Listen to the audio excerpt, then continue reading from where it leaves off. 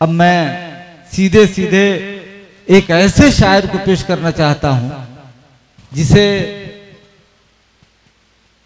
बाद में पढ़वाना चाहिए था मुझे, लेकिन मैं देख रहा हूं कि श्रोता यहाँ पूरे दमखम के साथ अच्छे सामीन यहाँ तशरीफ रखते हैं। वो मुकाम नहीं है, लेकिन मैं इस शेर के साथ उन्हें आवाज देना चाहूंगा कि जब आसमान तीर चलाने पे आएगा, हर आदमी का नाम निशाने पे आएगा, और जिसको बुला बुला के सभी लोग थक गए, वो आदमी हमारे बुलाने पे आएगा। एक बड़ा अहम नाम माइक पर भूषण त्यागी।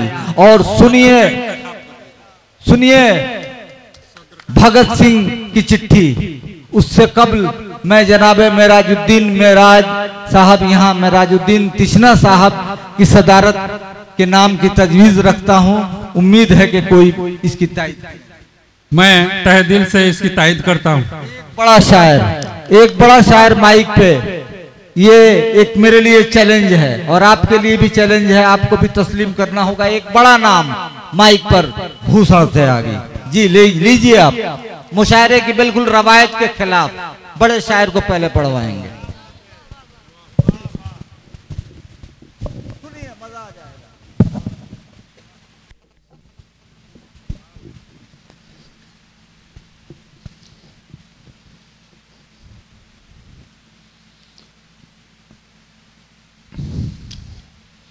डाइस पर बैठे हुए समस्त कविगण, शायरबंद, शायरात, चांदनी शबनम जी,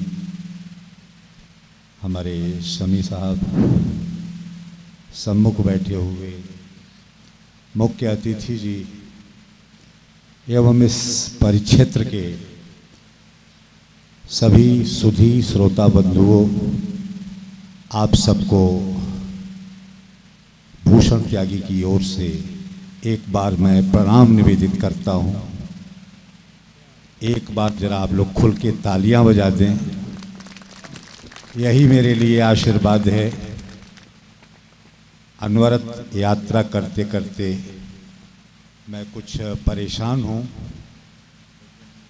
हेलो, शमी साहब ने मुझे सबसे पहले याद करके आज उन्होंने मेरे ऊपर कृपा की। नहीं तो मैं जानता हूँ इस डाइस पर जितने भी शायर अभी हैं और जो आएंगे, मैं सबसे सीनियर शायर हूँ, कवि हूँ। माइक वाले क्या कर रहे हो? हेलो हेलो,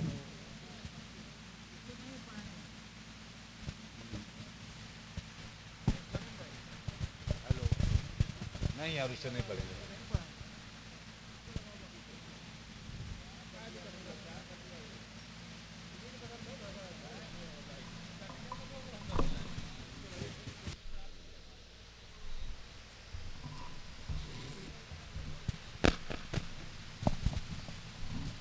ये ठीक चलेगा, लंबा करो उसको, इसको हटा दो। जब ये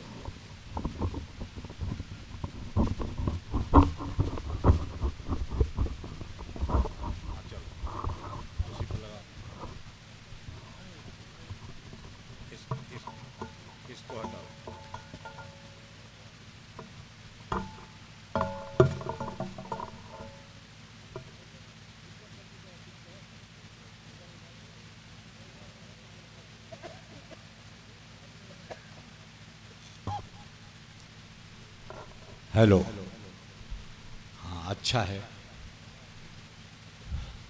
ये अपना काम बता रहा था कि हमको लोग कैसे जानेंगे। बीच में जब डिस्टर्ब कर देंगे तब जान जाएंगे लोग कि हम यहाँ हैं। बहरहाल जितने भी लोग यहाँ दिखाई पड़ रहे हैं, निश्चित रूप से मैं कहता हूँ कि आप लोग शायरी के प्रति, कविता के प्रति, अदब के प्रति निश्चित रूप से समर्पित लोग हैं। एक बार आप लोग अपने सम्मान में तालियों से जो है इस मंच का सम्मान बढ़ाएं। और तब मैं बिना किसी भूमिका के थोड़ी देर आपको अपनी रचनाओं से जोड़ता हूँ 4 पंक्तियाँ, लेकिन इस शर्त के साथ कि अगर आपके कलेजे में ठक से हमारी पंक्तियाँ लग जाएं तो कम से कम दोनों हाथ ऊपर उठा करके तालियों से मुझे आशीर्वाद दे देंगे। मैं महसूस कर लूँगा कि मेरा यहाँ आना सार्थक है। और अब बिना किसी भूमिका के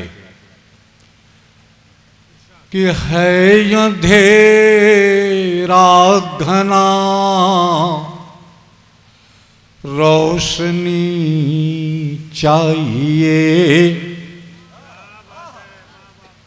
अपने देश को देखिए कि है अंधेरा घना रोशनी चाहिए और दर्द जो पी सके रागिनी चाहिए। दर्द जो पी सके रागिनी चाहिए। तो जान दे जो हंस के वतन के लिए। जान दे जो हंस के वतन के लिए।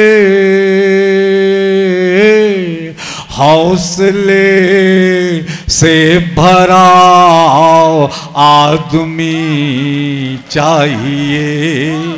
हौसले से भरा आदमी चाहिए। और 4 पंक्तियां देखें। 75 साल के हम आज़ाद लोग और 75 वर्षों में आपने इस मुल्क को क्या दिया और दिल्ली ने आपको क्या दिया। बहुत सलीके से अपनी बात कहता हूं। देखें कि दर्द होता रहा छटपटाते रहे। कि दर्द होता रहा छटपटाते रहे। और आईने से सदा चोट खाते रहे। आईने से सदा चोट खाते रहे। तो वो वतन बेच कर, देखिए कुछ लोग बीच में आ रहे हैं, आ जाइए। आप लोग सही समय पर आ रहे हैं, हम ही लोग थोड़ा पहले शुरू हो गए हैं। कि दर्द होता रहा छटपटाते रहे। और आईने से सदा चोट खाते रहे। तो हम वो वतन बेच कर मुस्कुराते रहे। वो वतन बेच कर मुस्कुराते रहे। हम वतन के लिए सर कटाते रहे। हम वतन के लिए सर कटाते रहे। और बिना किसी भूमिका के देखें, हमारी तमाम माताएं बहनें भी यहाँ पर मौजूद हैं। और इस देश में हमारी माताओं की कितनी भूमिका है। हम लोग जितना सम्मान उन्हें देना चाहिए शायद नहीं देते, लेकिन सच बात बता रहा हूं कि हमारी और आपकी दो माताएं हैं। एक माता जिसके गर्भ से हम पैदा होते हैं, और एक माता अर्थात भारत माता जहां हम रचते बसते हैं।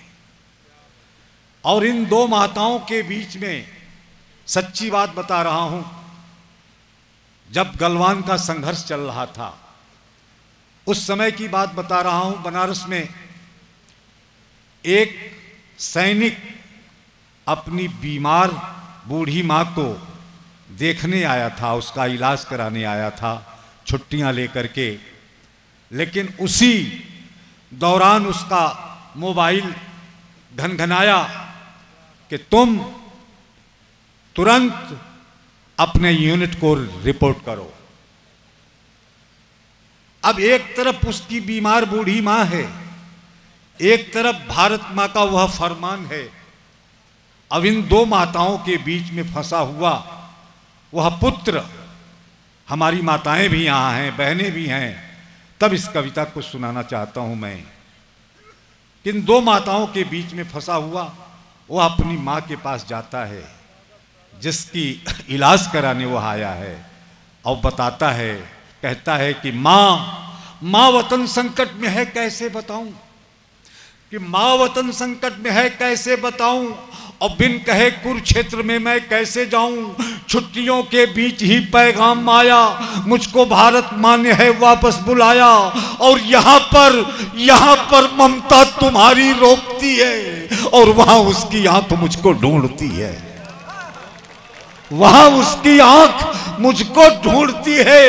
और मैं इसी उलझन में हूं, किसको हंसाऊं, तेरे आंसू पोंछ दूं या वहां जाऊं, तेरे आंसू पोंछ दूं या वहां जाऊं। तो हंस के माता ने कहा, सुत इधर आओ, अपने माथे को जरा नीचे झुकाओ। पुत्र तेरे शीश को फिर चूम लूं मैं, तेरा बचपन याद कर फिर झूम लूं मैं।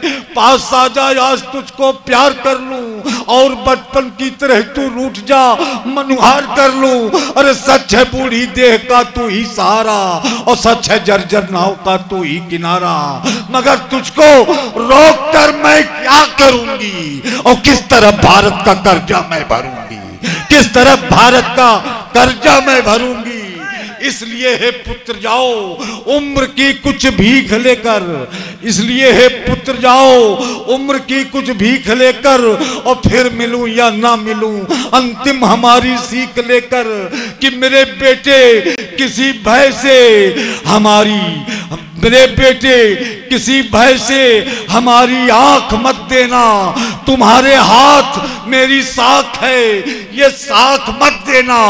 अगर मुश्किल हो राहों में तो बेटे हौसला रखना, भले ही जान दे देना मगर लद्दाख मत देना, भले ही जान दे देना मगर लद्दाख मत देना, भले ही जान दे देना मगर लद्दाख मत देना, भले ही जान दे देना मगर लद्दाख मत देना।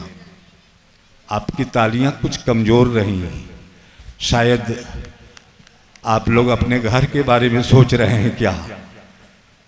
आज निश्चिंत रहें, इस क्षेत्र में कुछ भी नहीं होना है। आज कोई घटना इस क्षेत्र में नहीं होने वाली है, क्योंकि सभी घटना घटाने वाले लोग आज डाइस पर मौजूद हैं।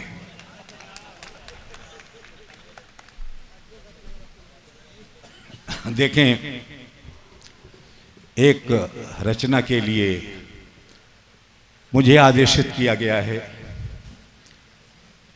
हमने कम से कम 5 किताबें लिखी।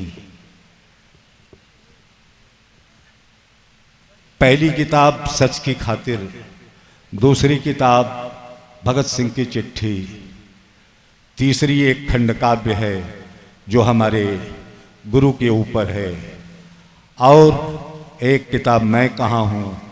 ये मैं भगत सिंह की चिट्ठी से एक चिट्ठी का आदेश हुआ है, मैं वह चिट्ठी पढ़ना चाहता हूं, लेकिन उसके पूर्व आपको दो मुक्तक अर्ज करता हूं, लेकिन कथा की तरह मत सुनिए। जैसे आपने उत्साह मेरा बढ़ाया वैसे ही बढ़ाइएगा, फिर आप देखेंगे कि ये मंच खुद बहुत ऊंचाई पर काम करेगा।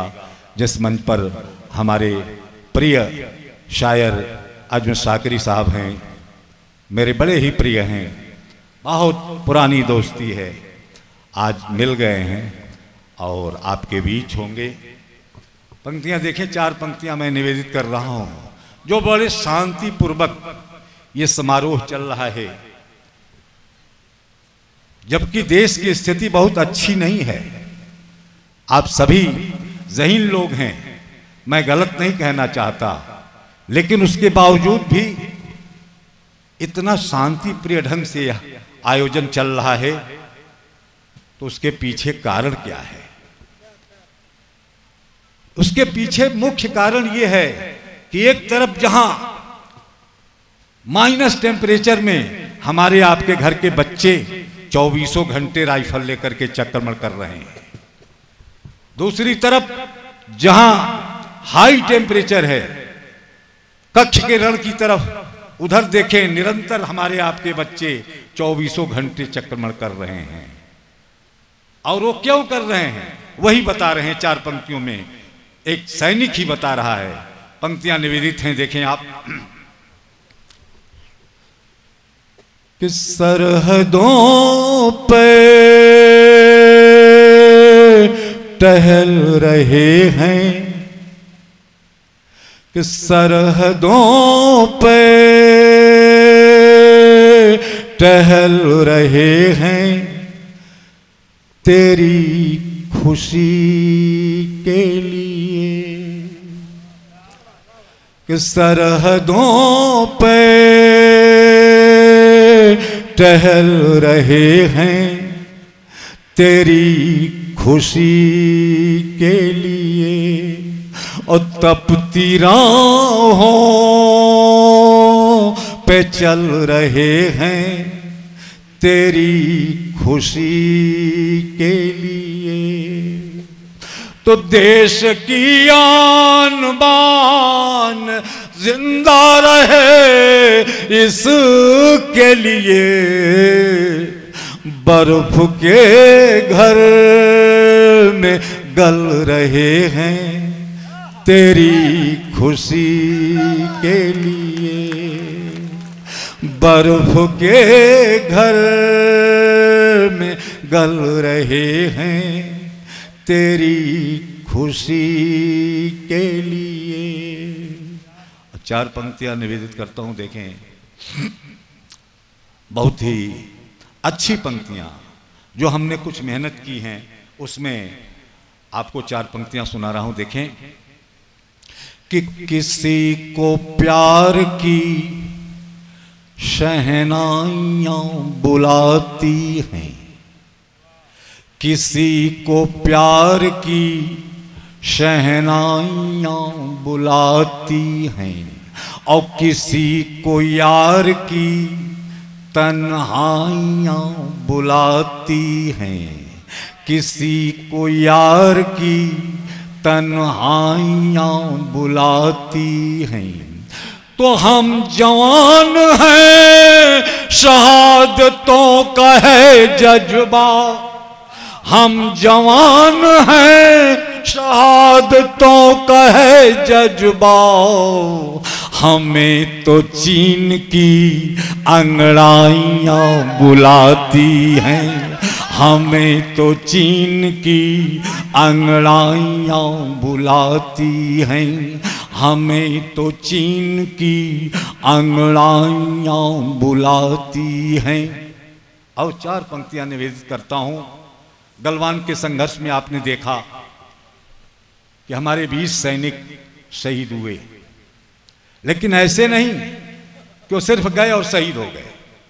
उन्होंने सैकड़ों दुश्मनों को पहले शहीद किया और तब वो शहीद हुए।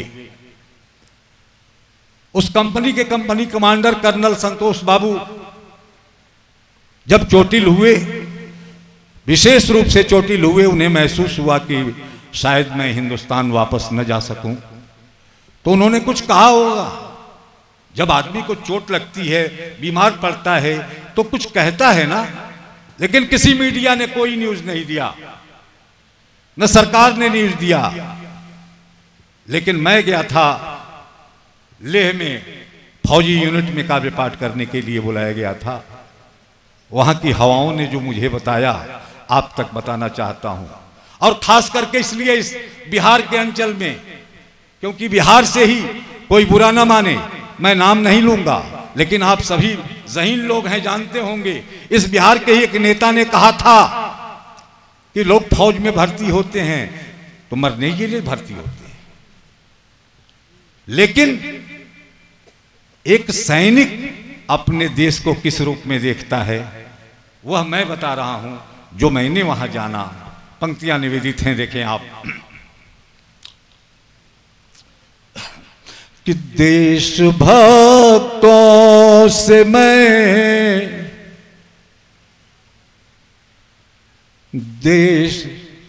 देशभक्तों से मैं अब ये पयाम, देशभक्तों को तुम, सॉरी, देशभक्तों को तुम अब ये पयाम दे देना कि देशभक्तों को तुम अब ये पयाम दे देना। तो देशभक्तों को तुम अब ये पयाम दे देना और देश के काम आ गया हूं, ये काम कह देना। तो जब तलक जिंदा रहा सांस में वतन ही रहा, जब तलक जिंदा रहा सांस में। तुम काहे परेशान करते हो, थोड़ा सा जिस रेंज पर था उसी पर रेंज पर करो ना। कि जब तलक जिंदा रहा सांस में वतन ही रहा और जा रहा हूं मैं अब अपना सलाम कह देना, जा रहा हूं मैं अब। तो इस कर्नल संतोष बाबू की क्या स्थिति थी, और इस देश के रहनुमाओं की बात करना बेमानी है। पंक्तियां निवेदित कर रहा हूं, क्या आप लोग मेरे द्वारा गीत सुनना चाहेंगे? हाँ, कि भगत सिंह की चिट्ठी सुनाए? ठीक है, भगत सिंह की चिट्ठी सुना देते हैं। देखें, अपने देश की बात मैं कह रहा हूं, बिना मिशन के मैं कोई बात कहता नहीं, लेकिन आज जरूरत है इस मैसेज को पूरे देश में फैलाने का। अपने देश में एक ऐसा अब नया कार्य हो रहा है जिसको मैं बता रहा हूं कि आपस में हम लोगों के पहले भी झगड़े होते थे, लेकिन अगल बगल के दो चार लोग मिल करके बैठ करके आपस में सुलह समझौता हो जाता था और लोग फिर प्रेम से मिल्लत के साथ रहते थे। लेकिन आज जब दो व्यक्तियों में कदाचित हालात बिगड़ते हैं, आपस में द्वंद्व होता है, उसमें से एक आदमी तुरंत कहता है कि चुप रहो वरना सुबह का सूरज नहीं देखोगे, सुबह का सूरज नहीं देखोगे, हम तुम्हारी जान ले लेंगे। इस देश में जान लेने की एक नई परंपरा चल पड़ गई। नई परंपरा चल पड़ी है। और मैं बताता हूं तर्क के साथ, कोई माओवादी बन के जान ले रहा है, कोई उल्फावादी बन के जान ले रहा है, कोई आतंकवादी बन के जान ले रहा है, और कोई माफिया बन के जान ले रहा है। अब इस देश पर कोई जान देने की बात नहीं करता। तो जिन लोगों ने अपना बलिदान करके इस देश को आजाद कराया, चाहे वो चंद्रशेखर आजाद हों, भगत सिंह हों, अशफाकुल्ला खान हों, वीर अब्दुल हमीद हों, जो जन्नत में बैठे हुए हैं, एक दिन अचानक ऐसे ही चंद्रशेखर आजाद ने कहा, भगत सिंह अपने प्यारे देश को देख रहे हो? कहा हाँ देख रहा हूं। कहा कैसा चल रहा है? कहा बहुत गलत दिशा में जा रहा है। कहा तो क्या तुमने इसी दिन के लिए अपना बलिदान किया था? तुमने कुछ किया नहीं? कहा किया है ना, हमने एक चिट्ठियों का पूरा अंबार भेजा है पंडित भूषण त्यागी के पास, और भूषण त्यागी उन चिट्ठियों को कहीं कहीं बांच रहे हैं। उसको सुनने के बाद हो सकता है लोगों का मन मिजाज बदले और फिर लोग सही रास्ते पर आ जाएं, और फिर यह देश एकता को, शांति को, समृद्धि को और शौर्य को पुनः प्राप्त हो। अब मैं कुछ नहीं कह रहा हूं, अब भगत सिंह कह रहे हैं। देखिएगा, साथ साथ कविता चलेगी, साथ साथ समस्या चलेगी और साथ साथ समाधान चलेगा। आप मेरे साथ चलें, क्योंकि मैं कोई इधर उधर की बात नहीं करूंगा और न कभी करता हूं। सीधे मैंने कह दिया कि मैं मंच पर सिर्फ इसलिए आता हूं कि अपना मैसेज देता रहूं। कुछ तो कुछ किसी न किसी के पल्ले तो पड़ेगा, और इसीलिए मैं अपना कार्य कर रहा हूं। आज 40 वर्षों से, चाहे वो उर्दू का बड़ा मुशायरा हो, छोटा मुशायरा हो, देश का कवि सम्मेलन हो, सब जगह मेरी आमद बनी हुई है। पंक्तियां देखें, निवेदित कर रहा हूं। भगत सिंह कहते हैं, मेरे साथ चलें, मैं बीमार स्थिति में हूं लेकिन मैं आपके लिए मेहनत कर रहा हूं। पंक्तियां, अगर किसी को विश्वास नहीं हो तो 1 मिनट मेरे पीछे के घाव को देख लेगा, समझ लेगा कि ये बंदा कैसे कविता पढ़ रहा है। कितना बड़ा ऑपरेशन मेरे पीठ पर हुआ है, आज भी जो है उस पर प्लास्टर चढ़ा हुआ है। पंक्तियां निवेदित कर रहा हूं, देखें आप। कि पत्र दे रहा है भगत सिंह आपको, पत्र दे रहा है भगत सिंह आपको, और हिंदुस्तानी प्यारे अपने भाई बाप को। अरे हिंदुस्तानी प्यारे अपने भाई बाप को, तो भारत माता ने है तुम्हें दूध पिलाया, और भारत माता ने ही आंचल में है सुलाया। तो भाइयों ने भाई का दुलार दिया है, और बहनों ने राखियों में प्यार दिया है। तो ऐसी गलती कौन अपने माता से हुई, और ऐसी गलती कौन दूजे भ्राता से हुई, कि भाइयों का आप गला काटने लगे और माता का पवित्र अंग बांटने लगे। अरे माता का पवित्र अंग बांटने लगे। तो मांगना था मांग लेते आन चाहिए, अरे मांगना था मांग लेते आन चाहिए, अरे मांगना था मांग लेते आन चाहिए। अरे कैसे कह रहे हो हमें जान चाहिए, अरे कैसे कह रहे हो हमें जान चाहिए, अरे कैसे कह रहे हो हमें जान चाहिए। तो सुन रहा हूं जातियों में बट रहे हैं लोग, सुनिएगा समस्याएं चल रही हैं, कि सुन रहा हूं जातियों में बट रहे हैं लोग, और धर्म संप्रदाय का जकड़ रहा है रोग, और नारे प्रांतवाद के बुलंद हो रहे, और तोड़ने के सारे छल छंद हो रहे। तो यूपी और बिहारी राजस्थानी मत कहो, अरे वक्त कह रहा है हिंदुस्तानी अब कहो, अरे वक्त कह रहा है हिंदुस्तानी अब कहो। तो ठाकरे से बोलो बकवास न करे, और शिवाजी की तरह हिंदुस्तान पे मरे। अरे पूरा हिंदुस्तान उसका गीत गाएगा और भारत माँ की आंख का तारा हो जाएगा। अरे भारत माँ की आंख का तारा हो जाएगा। तो जिंदगी से पहले स्वाभिमान चाहिए। अरे जिंदगी से पहले स्वाभिमान चाहिए। अरे जिंदगी से पहले स्वाभिमान चाहिए। अरे कैसे कह रहे हो हमें जान चाहिए। अरे कैसे कह रहे हो हमें जान चाहिए। अरे कैसे कह रहे हो हमें जान चाहिए। और समस्या देखें आगे कि हिंदू सिख और मुसलमान मत कहो। अरे हिंदू सिख और मुसलमान मत कहो।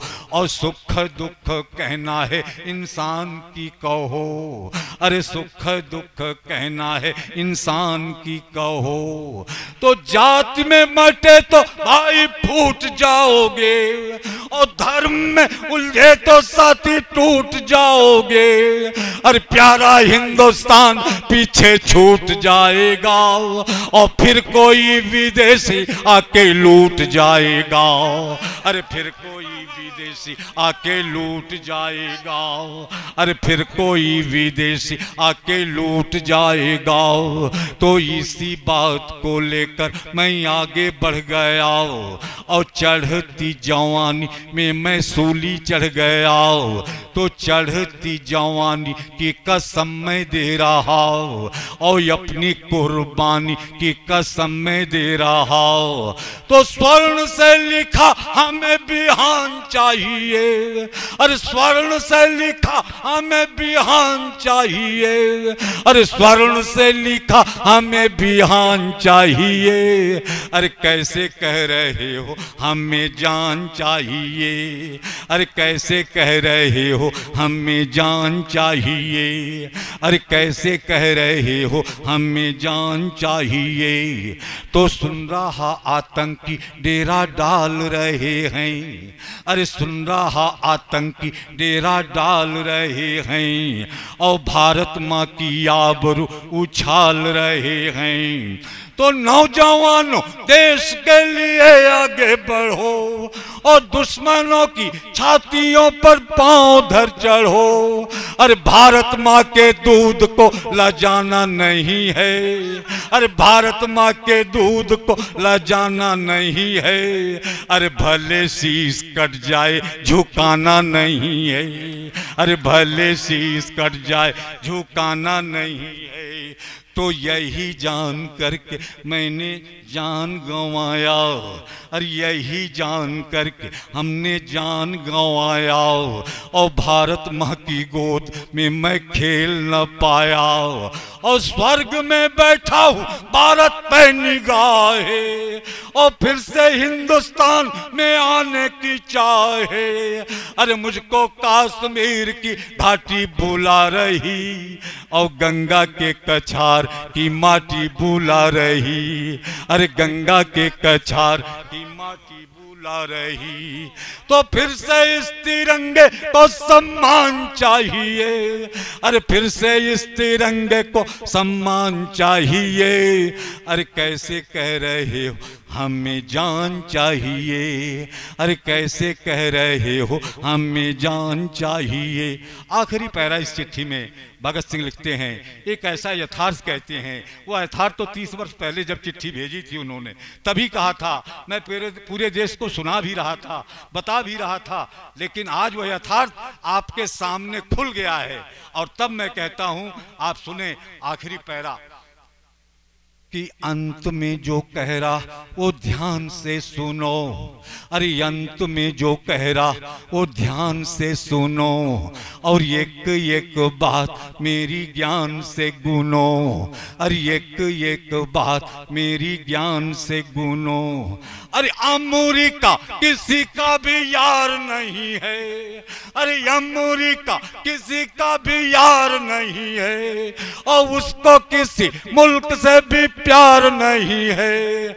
अरे असली तेरा शत्रु उसका नाम चीन है, और जिसको अपनी ताकत पर ज्यादा यकीन है तो भाई मेरे चीन का गुरूर तोड़ दे और उसकी भारी ताकत का सुरूर तोड़ दे। अरे वरना मुझको स्वर्ग छोड़ आना पड़ेगा और दुश्मन की औकात को बताना पड़ेगा। अरे दुश्मन की औकात को बताना पड़ेगा। तो याचना यही है, यही दान चाहिए। अरे याचना यही है, यही दान चाहिए। अरे याचना यही है, यही दान चाहिए। अरे सोने सा चमकता हिंदुस्तान चाहिए। अरे सोने सा चमक हिंदुस्तान चाहिए। भारत माता की, भारत माता की जय हिंद, जय भारत।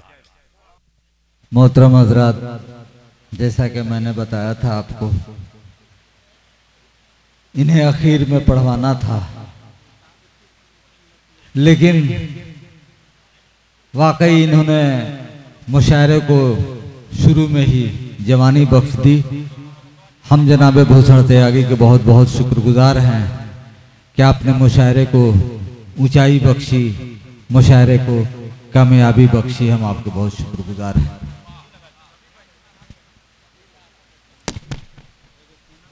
अभी भूषण त्यागी पढ़ रहे थे,